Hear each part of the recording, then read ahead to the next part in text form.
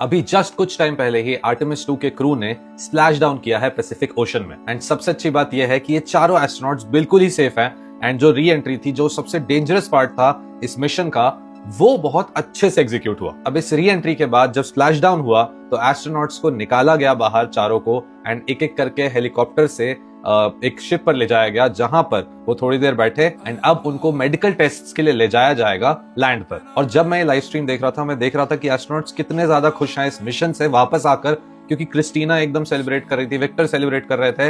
And the fact कि वो लोग इतने खुश हैं in itself is a victory of this Artemis 2 mission, क्योंकि ह्यूमैनिटी ने कुछ एक ऐसी चीज अचीव की है वापस से 54 इयर्स बाद, जो शायद अब जनरेशंस टू कम याद रखेगी। एंड भले ही इन्होंने 9 दिन 1 घंटा 35 मिनट और 21 सेकंड गुजारे हों इस पर्टिकुलर ओरायन स्पेसक्राफ्ट में, एक ह्यूमन हमेशा अर्थ से कनेक्टेड ही रहता है। एंड अब इसके बाद बहुत सारी स्टनिंग इमेजेस आने वाली हैं इंटरनेट पर, जहां पर इन एस्ट्रोनॉट्स ने जो स्पेस में फोटोज ली हैं, जो वीडियोस बनाए हैं, जो भी चीजें डिस्कवर की हैं, जो भी चीजें नई देखी हैं, ये सारी चीजें अब ये ओरायन स्पेसक्राफ्ट से पता चलेंगी हमें आगे के कुछ दिनों में। एंड ये चारों एस्ट्रोनॉट्स जो गए थे स्पेस में, इनके इंटरव्यूज भी आएंगे। एंड अब ये एक नींव रख चुके हैं for the future Artemis missions. And मैं बस एक छोटी सी चीज और ऐड करना चाहूंगा यहाँ पर, जो शायद रीड वाइजमैन ने कही थी मून पर जाने से पहले, कि वो अगले 50 साल नहीं देख रहे हैं, वो अगले 100-200 साल देख रहे हैं ह्यूमैनिटी के, जहां पर अगर ह्यूमैनिटी 200 साल बाद इन एस्ट्रोनॉट्स को भूल जाती है